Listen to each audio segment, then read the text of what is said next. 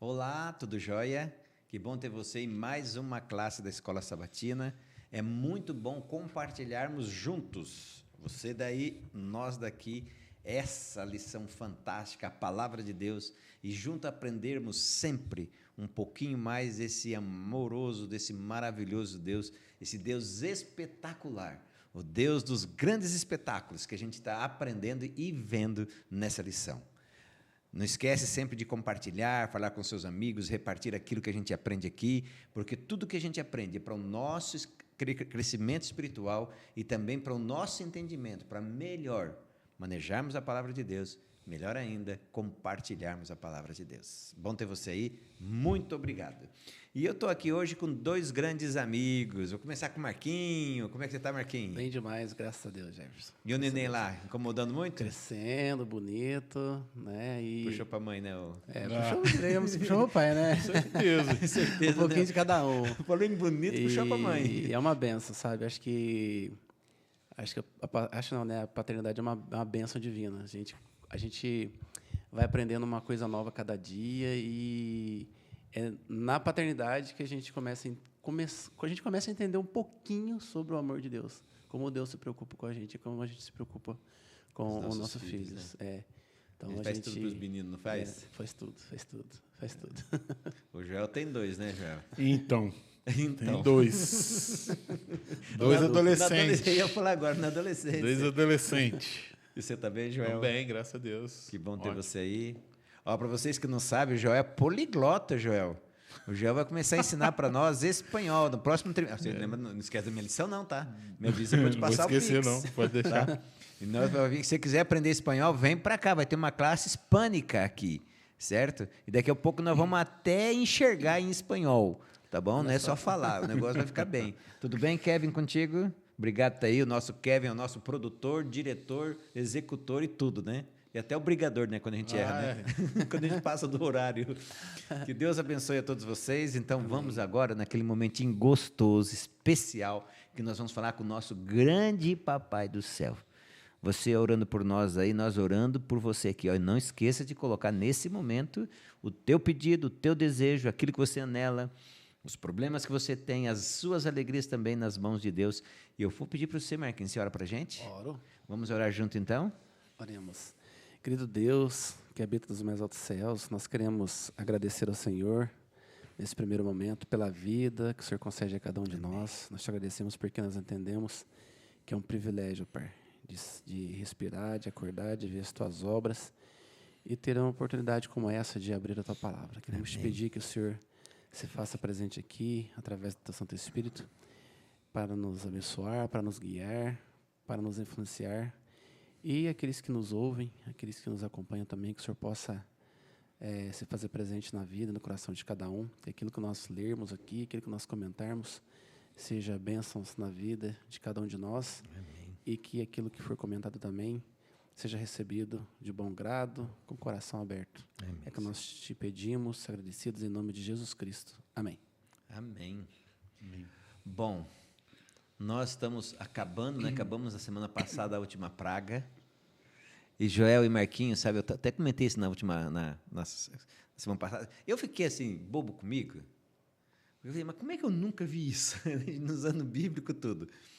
Quando a gente vai para capítulo 4, verso 22 e 23 de Êxodo, lá Deus fala assim para Moisés, assim, ó, você vai lá e fala para Faraó assim, ó, isso já, quando a primeira vez que teve contato, ó, não esqueça e lembre, Israel é meu primogênito. Se você não deixar o meu primogênito sair daqui, eu vou matar o seu primogênito. Isso no 4. E na semana passada a gente viu já lá na frente, né, depois de todas as pragas, coração endurecido do faraó, a gente vê Deus cumprindo, né? Ou seja, Deus avisou, vamos pelo meio mais fácil. Vamos combinar nós dois, vamos conversar. Como o coração nosso é um coração atrapalhado, né, Marquinhos? E assim, acho que tudo que Deus faz, Ele faz para a salvação dos seus filhos. E a Bíblia diz, né, que uma das coisas que Deus nos deu foi o livre-arbítrio, a possibilidade de rejeitá-lo. E no caso aí de Êxodo, né, tudo aquilo que Deus fez, todas as oportunidades que Deus deu para Faraó, para que não chegasse naquele momento que você acabou de citar, na questão do primogênito. Deus deu oportunidade para ele, só que ele mesmo não Rejeitou quis. todo Ele rejeitou. E nós temos liberdade para escolher, né? Como diz alguém, né? Nós somos livres para escolher, mas seremos escravos das consequências. Isso, a gente não quer ser escravo das consequências. A gente quer fugir da consequência. Mas Deus nos ama tanto, né, Joel, que Ele não nos livra das consequências, justamente para a gente pensar. Só que no caso de Faraó, praga após praga, né, ele foi sempre se endurecendo cada vez mais, foi sendo relaxado com aquilo que ouvia, com aquilo que via, e no final das contas, até a lição fala aí, né, que no final das contas ele perdeu sua vida. Entende? Eu nunca tinha visto, assim, estudado uma lição e olhado para os eventos do Êxodo ali, né, as pragas, com tanta intensidade. Assim, eu procurei entrar na história, visualizar, imaginar, e é porque elas vão aumentando em intensidade, e vai se espalhando, e aquele negócio todo. E outra coisa que me chamou muita atenção, cada praga ela ia de encontro a um deus do Egito. Coisa que a gente nunca tinha pensado direito nisso, né? A gente viu ali, né? As rãs tinha uma deus do Egito que tinha cabeça de rã e vai indo, vai cada praga. Agora, e a 10ª? Qual praga enfrentou qual deus? Porque cada praga ela estava relacionada com o deus do Egito. E a 10ª praga, qual deus que era? O próprio, né? Você sabe? O próprio rei. O próprio rei. Porque ele se considerava, aliás, um deus. Aquele deus, aquele que morreu, era o próximo Deus. Exatamente. Era o próximo Deus. E assim, foi até aqui o que a gente estudou da lição. Sabe o que eu fiquei pensando? Nós temos, assim, um grande movimento a nível mundial para desacreditar a Bíblia. E nada que vá favorecer a Bíblia, ninguém toma as agendas que são contra os cristãos e tal, eles não tomam nada a favor, posição nada do que vai favorecer a Bíblia. E eu fiquei imaginando assim, você já imaginou o resultado que teria de um filme sobre o Êxodo, feito com o empenho de Hollywood, com recurso, efeito especial, e bem bíblico, fiel ao texto bíblico? Você já imaginou o resultado? Eu tenho certeza que derrubaria todos os recordes de bilheteria. Derrubava, mas por que não fazem, né? Vai atrapalhar. A resposta é clara. Deus esse mundo. Agora veja só, 10 pragas, 10 coisas maravilhosas. Agora, na hora da libertação, o milagre ia ser menor? Não, com certeza não. Eu não sei vocês, mas quando fala de abrir... Deus fez até uma meditação do Dr. Rodrigo Silva, falando qual o maior milagre. Tem esse milagre, tem aquele na Bíblia. Eu não sei vocês não, mas uma coisa que eu quero pedir para Deus, assim, quando nós estivermos lá, eu quero ver esse mar se abrir. Eu quero ver aquela parede. Para mim é uma das coisas... Eu sei que ressuscitar o morto é incrível. Também. Mas imagina, a parede de um lado, parede do outro, e o povo passando seco. Isso assim, cara, é interessante e nos leva... É até emocionante, né? Por quê? O que Deus é capaz de fazer para libertar o seu povo? O que Deus é capaz de fazer para libertar o seu filho querido, que Ele ama tanto? Né? Existem coisas que Deus não pode fazer por mim, por você, né? Que é entrar no seu coração, na sua mente, à força. Então, por isso que ele vai se mostrando, ele vai se revelando gradativamente, de acordo com a capacidade mental de cada um, porque a nossa cabeça não é como se fosse uma sacolinha que você vai enfiando um tanto de coisa até arrebentar. Não. Deus ele vai te mostrando um pouco aqui, um pouco ali, o porquê que é necessário você mudar de rumo, porquê que é necessário mudar de caminho, aí ele vai se mostrando a cada dia, vai revelando os seus milagres, as suas bênçãos a cada dia, e você vai tendo a possibilidade de escolhê-lo ou não. E aí isso é fantástico. A questão do mar, por exemplo, eu estava até pensando nisso hoje, revisando a lição, né? Mas, assim, nos mares da vida, né? Quantas coisas Deus já abriu por você e por mim? Quantas coisas quantas portas, de onde Deus tirou, E para onde Deus te levou. E eu falo isso pensando na minha própria vida. Né? Hoje eu estou aqui na igreja e quando eu falo, eu me emociono com carinho, porque eu lembro onde a gente tem que se lembrar, Jefferson, de onde a gente estava. Né? E de onde Deus te tirou, das influências que Ele te tirou, do caminho que você estava, para onde Ele te colocou. Então, quando a gente olha na nossa própria vida, é um milagre. E bem milagre, né? Muito milagre. Bem milagre. Mas aqui, então, quando ele conta as histórias dele, eu falei, minha nossa. Então, isso, cara, quando você olha para esses milagres de êxito aí, essas cenas fantásticas que você falou, relacionado até o abrir do mar, né? A gente pode olhar na nossa própria vida também e falar, poxa vida, esse mesmo Deus que agiu aí, ele agiu na minha vida também. Ele não está distante, não. Ele não está ali só no Antigo Testamento, né? Igual muita gente fala. Não, ele está aqui presente, né? É. Nesse momento. E eu convido você agora a abrir a tua Bíblia, o teu tablet, o iPhone e assim por diante, no livro de Êxodo 14, verso 13 e verso 14, onde tem o nosso verso para memorizar. Eu acho que o único que tem cabeça para memorizar aqui é vocês dois, porque cabelo branco já arrancou toda a massa cinzenta do cérebro. Olha o que fala lá, olha que coisa incrível, hein? Moisés, porém, respondeu ao povo: não tenham medo, fiquem firmes e vejam o livramento que o Senhor lhes fará no dia de hoje, porque vocês nunca mais verão esses egípcios que hoje vocês estão vendo. O Senhor lutará por vocês. Fiquem calmos. Vai lá, Joel. Assim, é todo um trabalho ali, né? Porque a gente estava falando sobre milagres aí, e eu vejo assim, o maior milagre, acho que acredito que o maior sinal na Bíblia, certo? O maior de espetáculo tenha sido aqui, né? Relacionado ao povo, tirando a criação, tá? Isso. Tenha sido aí, porque essa história ela foi narrada por quase todos os livros. Você chega lá no livro de Atos, Estevão tá lá na defesa dele e vem fazendo toda Salmos né? cheio disso, né? Salmos, a gente vai ver assim, isso aí sendo recorrente. Essa 16? 36, que até a lição traz essa questão também. Assim. Né? Mas são muitos os salmos, são muitos os textos que vão narrar, que vão fazer menção a esse evento. E em termos de sinais foi o maior, mas não é o maior milagre. Porque o maior milagre é um coração transformado. Porque, mesmo com esses sinais, né, muitos corações não foram transformados. Então, isso é para a gente pensar, porque hoje há uma grande dependência em questões de milagre. Né?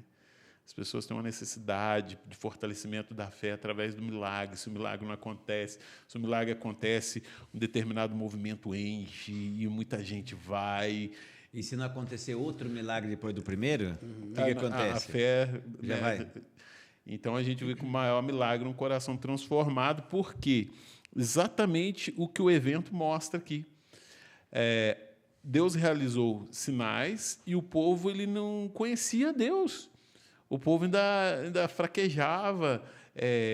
Deus ele vai operando sinais, mas a maior dificuldade para Deus foi transformar a mente desse povo, que era a mente de um povo escravo, um povo deprimido, um povo medroso, inseguro. Assim, os problemas emocionais da nação de Israel, eles eram muito mais difíceis para Deus, né, trabalhar ele, solucionar, do que abrir o mar vermelho.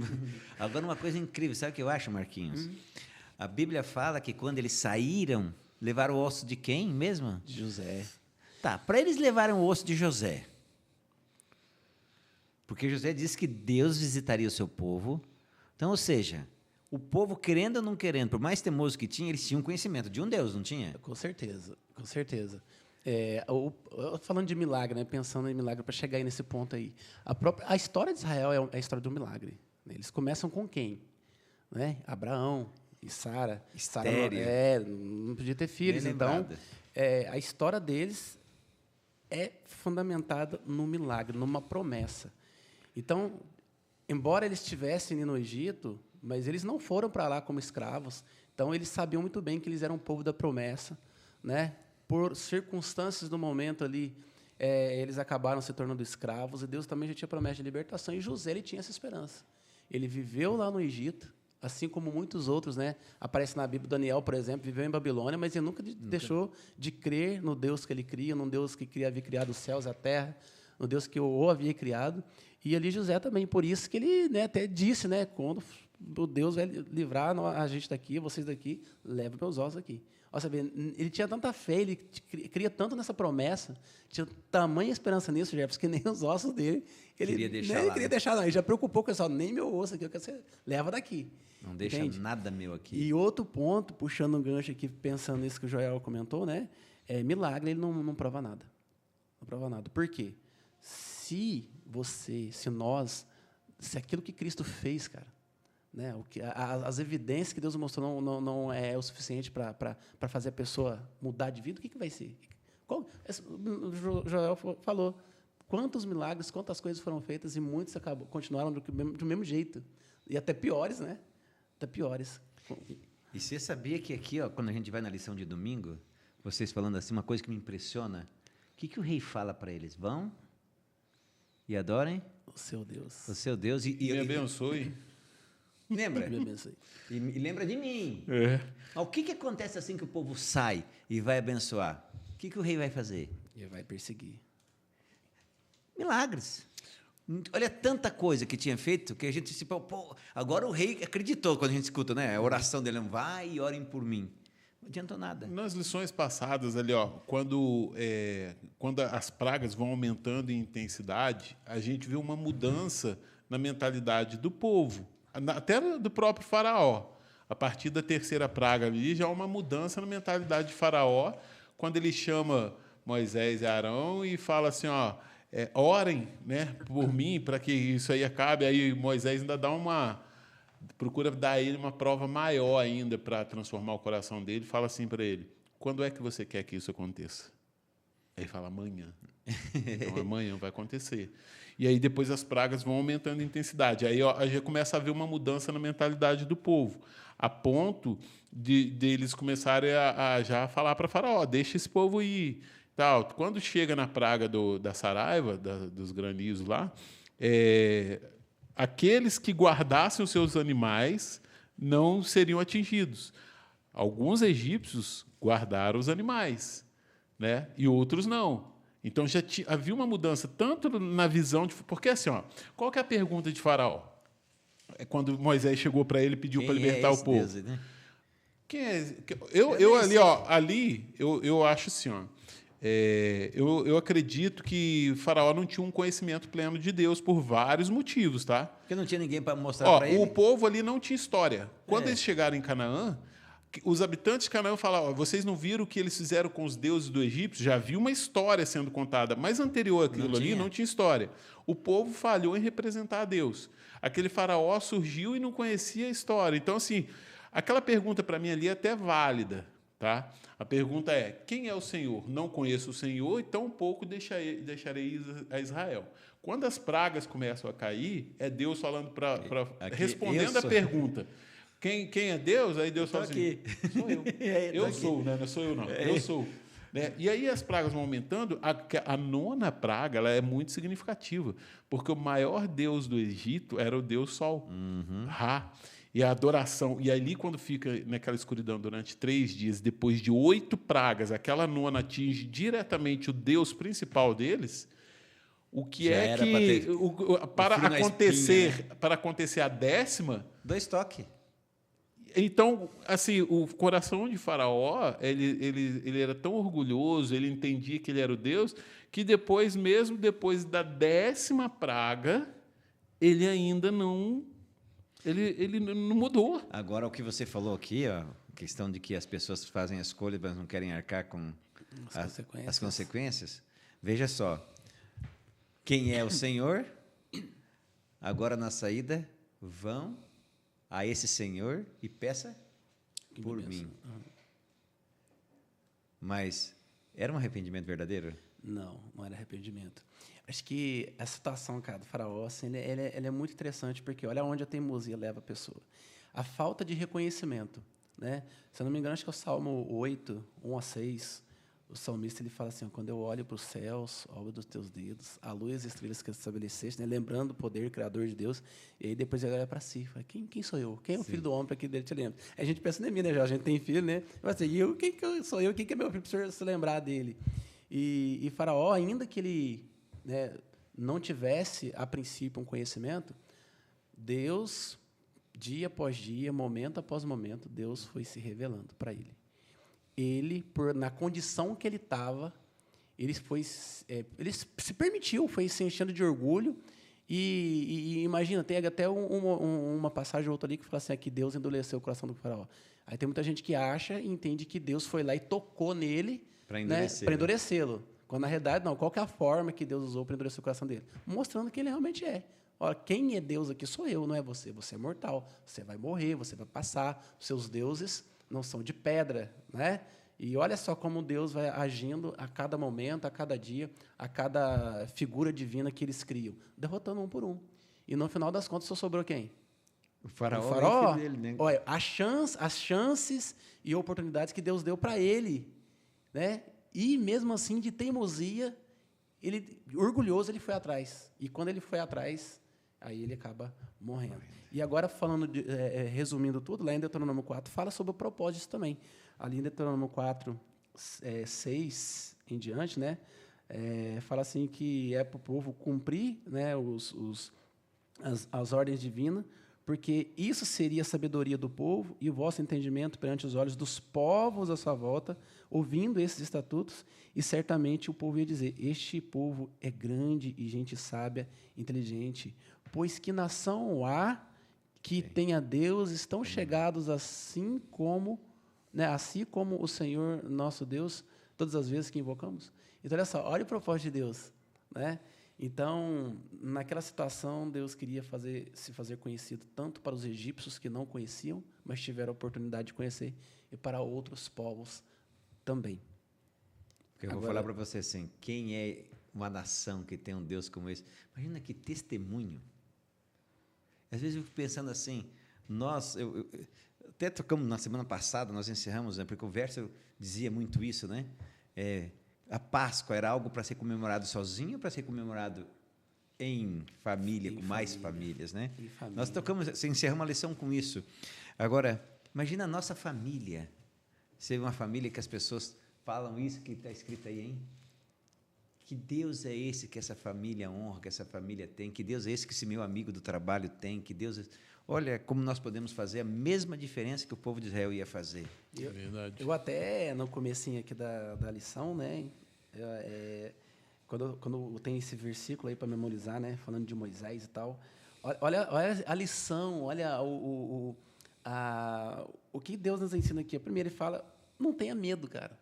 Então, a pessoa que crê em Deus, que se aproxima de Deus, que o busca com fé e coloca a família no altar do Senhor mesmo e confia nele, não tem medo, porque a Bíblia diz assim, não é para ter medo. Por que não é para você ter medo? Porque Deus está contigo, né? Depois ela fala assim, fica firme, você tem que ter firmeza também. Você acha que o inimigo, considerando esse conflito que a gente vive aí, você acha que o inimigo vai ficar assim, nossa, o Jefferson, ele aceitou Jesus na vida dele, que legal, vai ficar ali quietinho? Não, a Bíblia diz que ele anda ao nosso derredor. Doidinho para dar rasteira, né? Buscando, é por isso que Deus fala aqui, né? Fique firme, né? Fique firme, não tenha medo. E aí, se você ficar firme, não ter medo, você vai ver o grande livramento que Deus vai trazer na sua vida. Isso aqui, lógico, seria uma representação do que vai acontecer no futuro, nós poderíamos pensar dessa forma. Mas, assim, é um testemunho, como você falou. Imagina alguém, quando uma pessoa olha para mim, ainda mais como adventista do sétimo dia, o que ela enxerga? Que Deus que ela vê, né? Qualquer outro. Eu sempre penso assim, quando alguém comenta alguma coisa sobre a igreja adventista, e eu penso, a igreja adventista não é mais uma igreja. Não podemos tratar como tal. Ela não é mais uma igreja.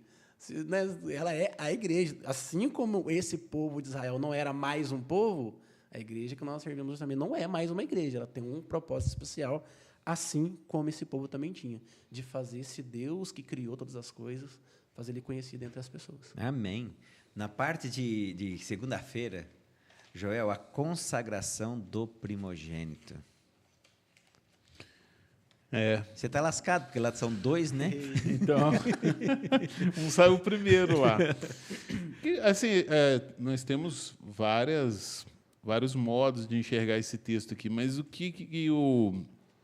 uma das coisas que mais me chama a atenção assim, ó, depois daquela lição que a gente estudou no trimestre passado, eu não consigo mais estudar a Bíblia ou outras lições sem ter a visão que ele colocou lá, que era assim, ó, aquele autor ele colocou todos os eventos bíblicos como maquetes para o tempo do fim. Todos, ele sempre buscava. E quando a gente olha para o Êxodo, principalmente, ele é exatamente o que vai acontecer nos eventos finais. Não igualzinho, mas um Deus libertando, um faraó perseguindo, poder, um povo oprimido, tudo isso, a salvação, a libertação, os sinais, tudo isso vai acontecer no tempo do fim. É um êxodo que a gente está vivendo. Essa é a realidade. Falando sobre os primogênitos, eu vejo que esse evento ele era um evento para ficar guardado para sempre na memória do povo de Israel, e era o objetivo de Deus que esse evento chegasse até nós hoje, certo? Então, o fato de se consagrar aos primogênitos, ele estava relacionado com a memória do povo, para que o povo não esquecesse, mantivesse isso continuamente. Cada nascimento. Deus muda até o tempo ali. Ele fala, ó, o ano vai ser contado para vocês a partir de agora.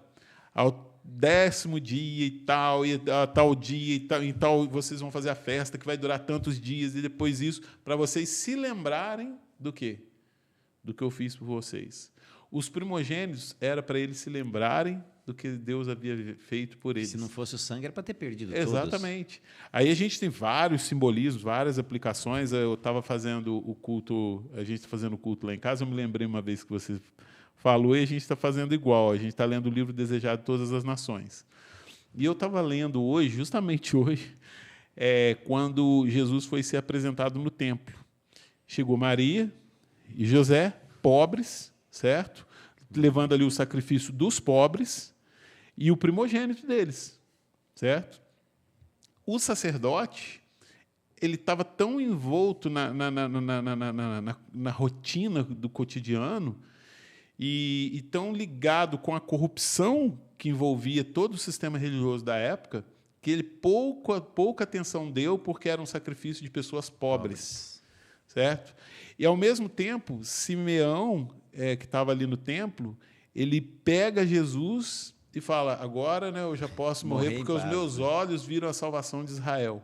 Aquilo era um sinal para aquele sacerdote. A profetisa Ana veio e testemunhou também, era mais um sinal. Mas eles estavam tão absortos naquele com o pensamento ali que não fez diferença. Depois chegaram lá os magos e falaram, onde está o rei dos judeus? Que rei? Está maluco? Né? Pessoas de outras nações, magos, pagãos, vêm aqui e vai saber mais sobre... Então, eles esqueceram. Eles esqueceram... Tudo tinha sido revelado, o local, o tempo do nascimento de Cristo. E Deus não queria que o povo esquecesse. Então, todos esses elementos eles são colocados com um propósito, para que o povo não se esquecesse. Imagina, toda vez que você tivesse um primogênito, ou você ia... vizinho. Ou seu vizinho, né? E seria isso um momento festivo. Olha, ele teve um primogênito. Consagra. Ia se lembrar do quê? A memória. Lá de né? trás. O Êxodo acontece aí por volta de 1.500 anos antes de Cristo. É o período mais ou menos aí aproximado, 1450 anos, mais ou menos, antes de Cristo. Hoje nós estamos aqui falando sobre ele.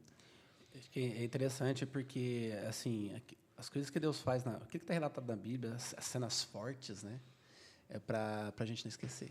Por que, por exemplo, o livro do Apocalipse tem aquela cena toda, aqueles monstros, aquele simbolismo todo que impressiona? Vai impressionar nosso coração. Então, quando tem essa questão dos primogênitos, também é para isso, para a gente não esquecer de quem é Deus, o que Ele fez e o que Ele fará por nós. E aí, Jefferson, seria interessante a gente analisar uma coisa. Muita gente fala assim que nós somos salvos pela graça. Está errado? Está certo. Somos salvos pela graça. Sim. Mas aí, sendo salvo pela graça, eu sou isento de obediência? Como é que fica aí, Joel? De jeito nenhum. Porque aqui o Tiago, ele fala, né? Ele fala ali nesse trechinho da lição de segunda aí, né? Falava assim que seu tolo, você quer ter certeza de que a fé sem obras é inútil? Como que seria isso, né, nesse plano da salvação e todo nesse projeto maravilhoso de Deus por nós? Não dá para avançar sem fé. O povo sai do Egito com fé ou sem fé?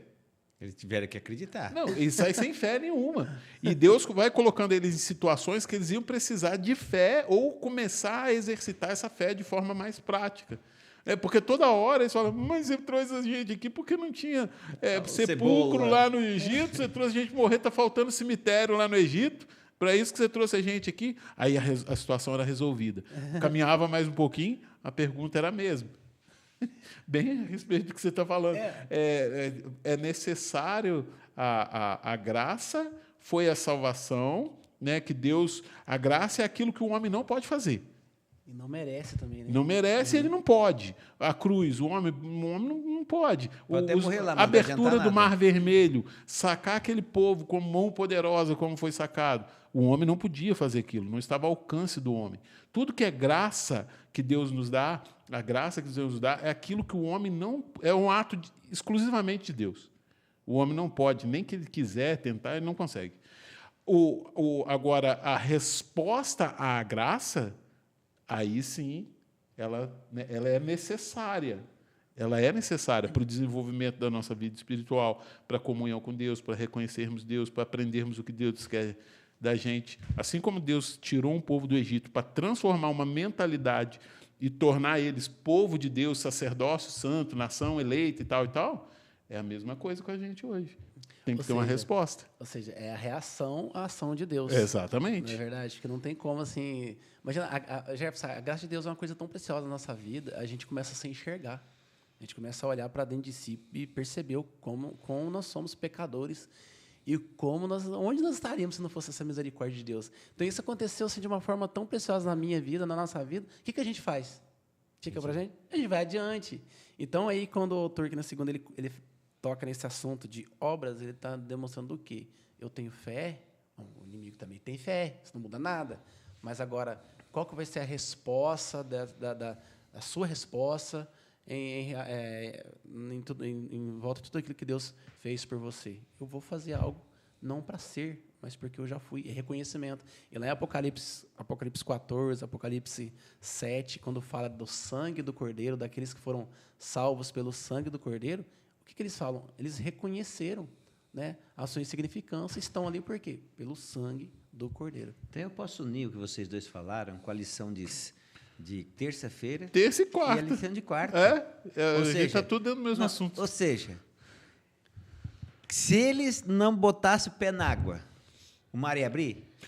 Eu acho tão interessante que olha a situação que Deus faz. Interessante isso, né? Deus falou para o povo. Moisés falando com o povo, né? O povo aqui e tal. O que eu faço? O que você está falando para mim? Pede o povo marchar. Vá, ande. Veio a graça, mas antes da graça tem que ir também junto o quê? A ação. A ação. Tem que buscar. É a ação, tem que buscar fazer isso, não vai. Um verso que me chama muita atenção está aqui no 3,17. 3,17 diz assim, portanto, disse eu... peraí, deixa eu ver aqui. Esse é o 3,17... Não é Êxodo 3,17, não, gente. É Êxodo 13,17, perdão. A gente sabe a idade, vai chegar, confunde os nomes. Normal. Não enxerga direito. 13,17. Vamos lá. Diz assim, ó. Não, pior que eu estava aberto em 13,17, foi lá em 3,17. Né? Tendo o faraó deixado ir o povo, Deus não o levou pelo caminho da terra dos filisteus, posto que mais perto, pois disse... para que, porventura, o povo não se arrependa, vendo a guerra e torne ao Egito.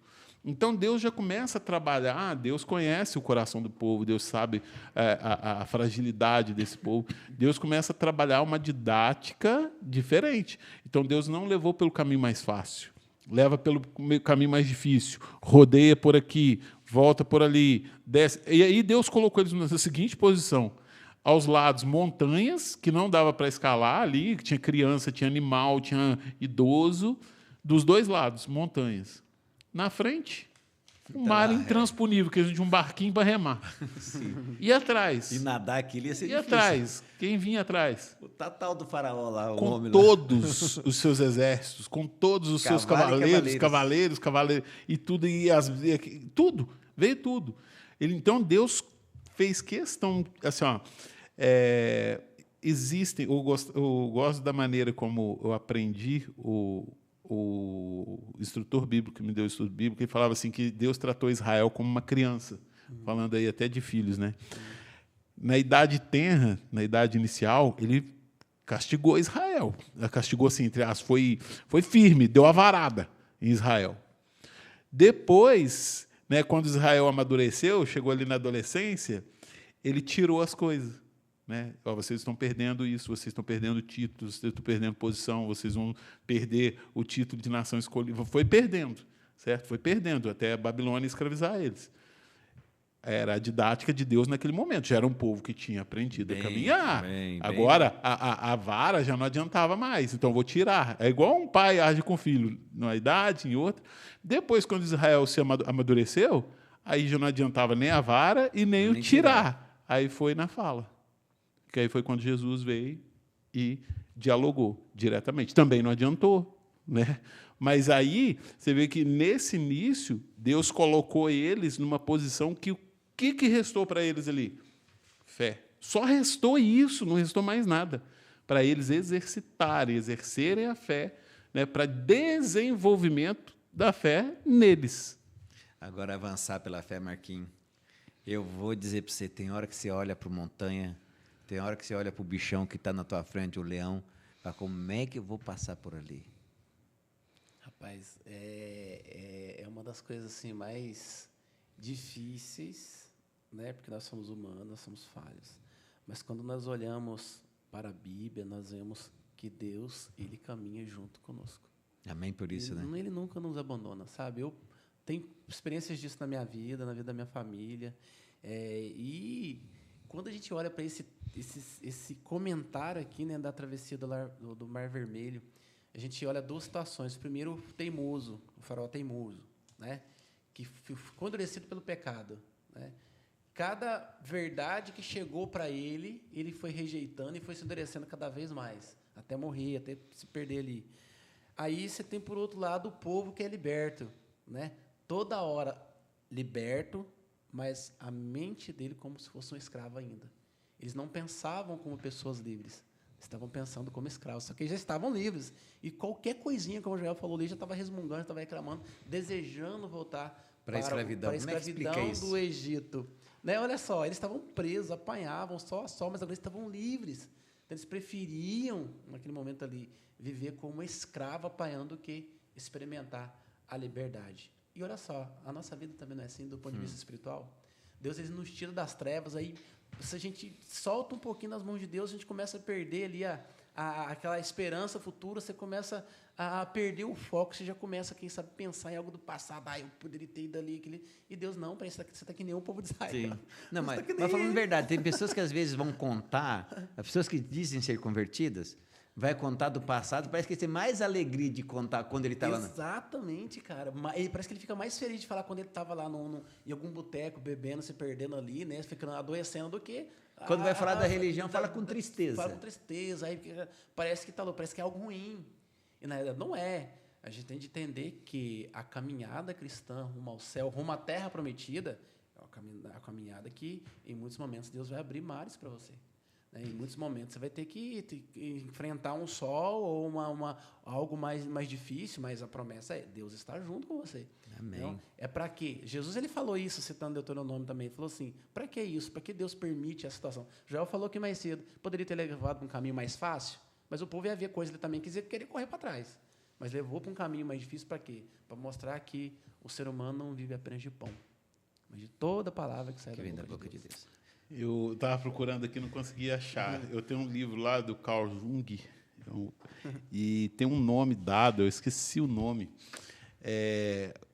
ao que é novo. Medo do que é novo, da novidade, sabe? E isso é inerente ao ser humano. Quanto mais velho o ser humano se torna, maior é esse medo. Você pode ver que os jovens têm facilidade em mudar novo. de uma coisa para Qualquer outra. coisa Né? que é novo. Depois você entra... porque você vai aprendendo a criar raízes e segurança naquilo que você domina. Então, quanto mais velho, menos você gosta de não quer arriscar. mudar, não. Você não quer mudar, você tem medo do desconhecido e tal, e tal. E aí, o que acontece? Aquele povo passa, apesar das situações que eram adversas, eles passam a ter segurança naquilo porque eles conheciam. Para eles, aquilo lá era a vida. Aquilo lá era a vida. Agora... Você pega pessoas hoje em dia, em situações, às vezes, de rua, que a segurança delas é aquilo ali. Você não vai conseguir mudar elas. Existe uma grande dificuldade de se mudar a mentalidade de uma pessoa que está na rua e mostrar para ela que ela pode ter uma vida melhor, mais segura e tal. Mas ela acostumou com aquilo ali. E ela prefere, às vezes, pedir esmola, dormir num recanto qualquer, numa praça, embaixo de uma marquise, do que mudar de vida. A mentalidade do povo de Israel foi o que aconteceu, foi isso. E a nossa mentalidade no mundo de pecado é essa. Por que as pessoas têm tanta resistência em abandonar uma vida de pecado, em ser convidada para uma igreja, para uma vida nova, para um renascimento em Cristo, uma mudança de vida? Por que há essa resistência? Exatamente o que aconteceu com o povo de Israel. A mentalidade deles, a segurança deles estava ainda no Egito. Saíram do Egito, mas o Egito neles, né? Permaneceu neles. E às vezes, falta, às vezes, em muitos de nós, aquilo que foi dito no comecinho, né? Às vezes falta coragem também. Né? Deus nos dá coragem. Às vezes falta firmeza. Deus nos dá firmeza. Mas é justamente por conta dessa mentalidade aí que a gente não consegue, ou muitos não conseguem seguir. O que o Marquinhos está dizendo é interessante. Deus nos dá, mas a gente tem, por exemplo, Jefferson, posso te dar esse copo? Você quer? Toma, esse copo é seu. Eu estou te dando. Então, você, a partir desse momento, você se apropriou dele, certo? Agora, o que Deus, às vezes, nos dá não é assim, tão palpável. Ele vai precisar desenvolver em nós. É Deus que opera tanto querer quanto efetuar. Mas não é assim, Jefferson, eu vou tirar essa parte da tua mentalidade aqui que não presta e vou implantar outra. Não funciona assim. É um conjunto, é uma formação. Tanto é que a lição, no início do trimestre, ela mostra assim, que o personagem principal da lição é Deus, não é Moisés, é Deus, e o seu trato com o povo. E a dificuldade que Deus teve de trabalhar essa personalidade no povo. É a mesma dificuldade que nós temos. Hoje, né? O povo estava sendo preparado para ser um representante de Deus. Hoje nós somos preparados para morar na Canaã Celestial. E Ellen White fala assim, que nós fazemos parte da família real, não de baixo, mas de cima. E como é que é formado um príncipe aos moldes daqui do nosso mundo? Você pega lá na Inglaterra, onde tem os reis, rainhas lá, príncipes. Como é que eles são formados? Como é que é a educação deles para que depois eles estejam atuando na corte? É uma educação totalmente diferente. Ele precisa falar, agir, pensar, sentar, comer, então, tudo como príncipe. Príncipe. Né? Nós estamos passando por esse período. Então, quando Deus nos dá coragem, Deus nos dá isso, Deus nos dá aquilo, é uma transformação para que a gente chegue lá pronto. E não totalmente. Príncipes, não né? totalmente, mas na ascendência. Então, eu já, assim, partindo... Kevin, já passamos do horário, Kevin? Então, a gente já, só para encerrar a nossa lição, a lição ela termina no o cântico de Moisés e de Miriam. Não vamos falar muito sobre o cântico, não. Mas quem podia cantar esse cântico? Os libertos, os salvos. Eu até coloquei e fiquei pensando lá em Apocalipse de novo, porque o cântico é o abrir do coração, né? É o abrir do coração. E quem abre o coração é a pessoa que reconheceu, que é grata a Deus, aquilo que Deus fez. É reconhecimento. Então, se fosse fechar aqui, eu fecharia com isso. Gratidão e reconhecimento. Reconhecimento pelo quê? Pelo sangue que salva. Até lá, Apocalipse 22, fala, né? Bem-aventurados aqueles que são lavados, né? Pelo sangue do Cordeiro. Interessante, né? Eu colocaria o teor do cântico, né? Tanto o cântico, não tem como a gente ler esse cântico e não associar com o cântico de Apocalipse, porque os dois têm o mesmo... E nós vamos cantar o mesmo roteiro, né, de libertação e vitória. E aí aquele Deus é louvado, ele é exaltado, ele é o guerreiro, ele é o que esteve acima do inimigo, aquele que libertou o povo, que fez o que não era possível. Esses elementos, eles são, né, são elementos de reconhecimento de Deus e da obra que ele fez no povo. E por isso eu acho muito bonito quando chega no Apocalipse e fala assim, ó, quem vai cantar esse cântico são aqueles que passaram pela grande tribulação. Ou seja, somente quem sentiu a dor vai poder dizer como dói. Somente aqueles que passaram O pelo povo de deserto. Israel passou pela grande tribulação. Entende? Somente aqueles que passaram pelo deserto. Imagina, isso. Imagina você chegar depois de uma grande tribulação, ser salvo, estar com Deus no céu. Imagina, você vai poder cantar o hino de Moisés. Mas a letra vai ser difícil, a Bíblia diz que nós cantamos. A letra é a tua experiência, vai ser automático. Você vai chegar lá, quando der a primeira nota... É o que brota do coração. Incrível, né? Olha que convite de Deus. Mas eu sei que o cântico vai ser bonito, vai ser lindo, mas eu quero encerrar com o versinho. E esse verso aqui, você também ficou no verso. Esse verso é apaixonante, não é? Esse verso é para você marcar, colocar na tua Bíblia, colocar ali no... Olha o que diz aqui, olha. Moisés, porém, respondeu ao povo, não tenham medo, fiquem firmes e vejam o livramento que o Senhor lhes fará no dia de hoje. É para você ver, pela fé, certo? Porque vocês nunca mais verão esses egípcios que hoje vocês estão vendo. É o que Deus quer fazer. Quando Deus quer te livrar por completo. E diz assim, ó, o Senhor lutará por vocês. A briga não é sua, é de Deus. Mas para que Deus atue, essa parte do verso, para mim, é a parte mais difícil. Fiquem calmos. Eu sou ansioso. Eu tenho um problema com ficar calmo que vocês não fazem ideia.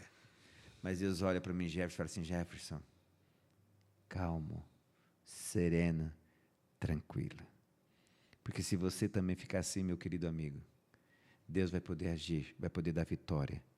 E aquilo que hoje está acabando contigo, com a tua paz, com o teu sossego, você nunca mais vai voltar a ver. Sabe por quê? Porque Deus dá vitória por completo. E um dia Deus vai acabar com o mal. E estaremos juntos com Jesus num lugar onde habita a sua paz e justiça. Que Deus nos abençoe, tá bom? E a gente vai se ver logo, logo no próximo programa, certo? Na próxima Escola Sabatina.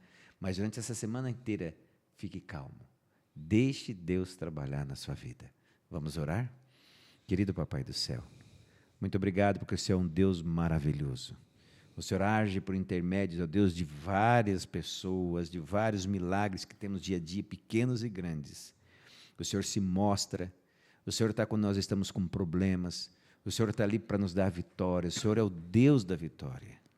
Pedimos, ó Deus, que nós tenhamos coragem de dar o primeiro passo para que o mar se abra, que possamos consagrar a nossa vida, os nossos filhos para Ti, que possamos avançar com fé, lembrando sempre que o Senhor vai estar à frente, o Senhor vai estar nos guiando, e há uma nova Canaã, a cidade celestial nos esperando, onde nós teremos o privilégio de conviver com os nossos irmãos, mas acima de tudo, com Deus Pai, Deus Filho e Deus Espírito Santo. Amém. Ó Deus, esteja com cada um de nós, esteja com os nossos amigos que estão conosco, por Jesus Cristo.